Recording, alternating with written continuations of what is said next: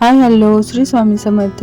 तर स्वागत आहे तुमचं एका नवीन व्हिडिओमध्ये. तर आज छान असं सूर्योदय पाहायला मिळतोय, कारण हा व्हिडिओ आहे तो आमचा गावाकडचा आहे. तर आम्ही गावी आलेलो आहे, तर छान मस्त असं वातावरण पाहायला मिळतं. आणि गावाकडे आलोय म्हणजे त्याला पण छान असं स्पेशल असं काहीतरी रिझन आहे. हॅलो, तर आमच्या गावची काय आहे, आज यात्रा आहे आणि यात्रेला आम्ही सगळे एकत्र आलोय. बघा, आम्ही चौघी जाऊ आहेत. ही 1 नंबरच्या जाऊ आहेत, ह्या 2 नंबरच्या आहेत, मी 3 नंबर आहे आणि ही पिल्लू आमचं 4 नंबरचं आहे. तर व्हिडिओला छान अशी सुरुवाती सकाळपासून आहे आणि तेही देखील सगळे छान आम्ही एकत्र आलो आहोत. आणि आज यात्रा वगैरे म्हटलं तर पुरणपोळीचा स्वयंपाकाची तयारी चालू आहे. तर इकडे माझ्या तिन्ही जावांची सगळ्यांची पुरणपोळीचा स्वयंपाक चालू होता आणि ते देखील चुलीवर आहे, कारण जास्त पुरणपोळीचा स्वयंपाक आहे. तर तो सगळा टोटली चुलीवर, टोटली नाही, फक्त पुरणपोळी आहे ते लाटायला चुलीवर करायच्या चालू होत्या आणि बाकीचा स्वयंपाक झालेला होता. तर इकडं मी तोपर्यंत माझी वरची काहीतरी थोडेफार कामं चालू होते, जास्त मी इकडं नसते.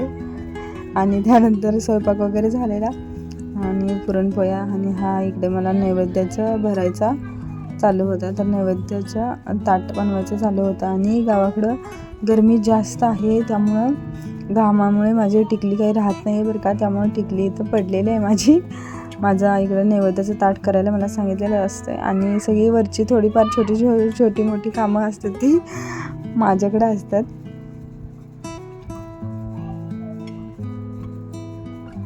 तर इकडं 2 आमच्या गावातली यात्रा असते, ती सिद्धनाथाची यात्रा. तर त्याच्यासाठी मंदिरात एक ताट आणि बाकीचे आपल्या गावातल्या आपण प्रत्येक देवाला जात असतो, तर गावातल्या देवांसाठी हे नैवेद्याचं दुसरं ताट, असे 2 ताटं मला बनवायला छान सांगितले होते.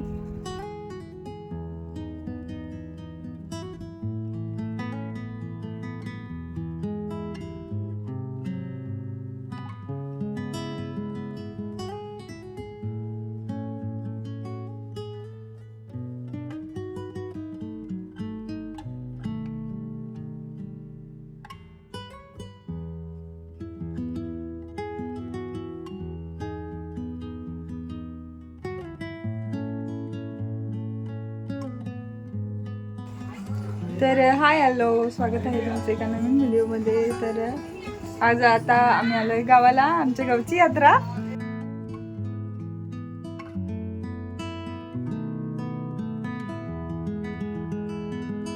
चाल नाही ए हाय,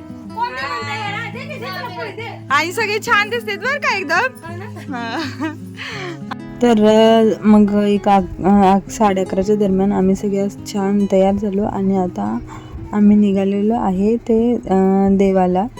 तर आमच्या गावाकडे अशी पद्धत आहे की देवाला नैवेद्य घेऊन जायचं. त्यासोबतच आहे ना, जर मुलं असतात ना, लहान मुलं जे असतील तर ते एक 3 वेळा त्यांना मंदिरातून असं वरून खाली झेलत असतात. तर त्यासाठी आमच्या आयुष्याचं आता हे 3रं वर्ष होतं आणि स्वामीराजचं होतं ते असं पहिलंच होतं. तर हे असं वाजत गाजत छान असे सगळेजण आम्ही घेऊन निघालेलो होतो. ऊन लागते म्हणून त्यांना वरती, त्यासाठी ते वरती पण असं ही चादर घेतली होती की जेणेकरून मुलांना ऊन, कारण यावर्षी उन्हाळा पण खूप जास्त आहे.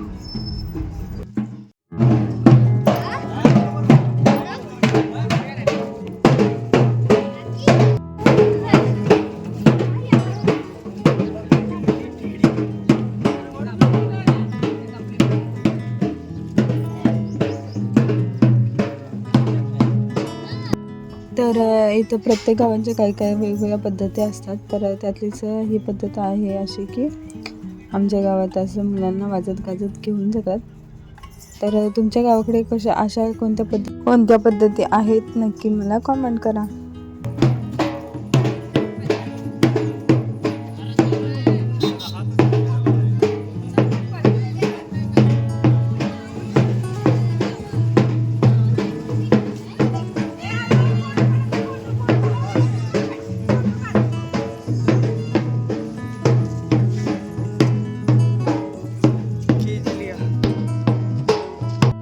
त्यानंतर आम्ही पोहोचलो ते मंदिरात. तर आज मंदिरात यात्रेमुळे खूपच जास्त गर्दी होती. तर इथं मंदिरात छान असं डेकोरेशन देखील केलं होतं फुलांचं. आणि इथं ही आज आमची यात्रा खूप मोठी असते आणि बरेच दिवस असते बरं का. पण आम्ही आलेलो होतो, थोडंसं आमच्या घरी कार्यक्रम आहे, त्यामुळे आज आम्ही डायरेक्ट काल रात्री थोडंसं वेळानं आलेलो होतो.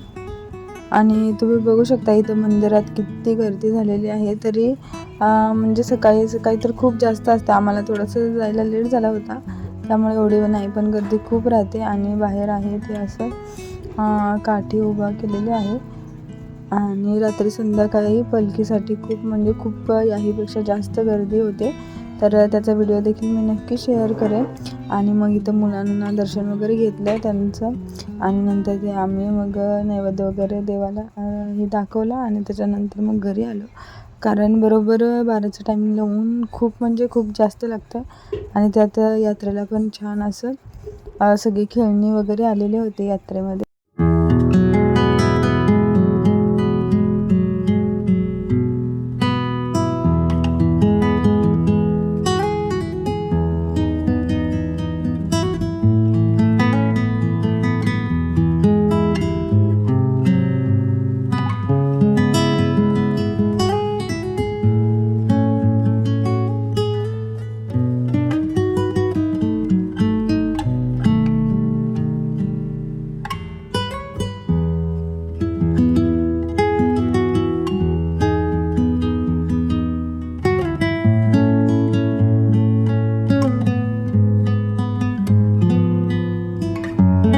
आणि मग आमचं जेवण वगैरे चालू झालं, कारण सगळा स्वयंपाक वगैरे तयार झाला होता आणि फक्त जेवण करायचं बाकी होतं.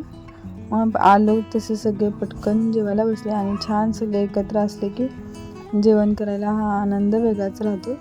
तर मस्त सगळ्यांनी आज पुरणपोळीचा आस्वाद घेतला. आणि खरं म्हणजे चांगलं निवांत राहायचं असेल किंवा खरं सुख बघायचं असेल तर गावाकडेच यायला लागतंय. आणि ते देखील काहीतरी कार्यक्रम किंवा काय सगळे एकत्र आले की छान वाटतं. तर कसा वाटला हा व्हिडिओ नक्की कमेंट करून सांगा. बाय.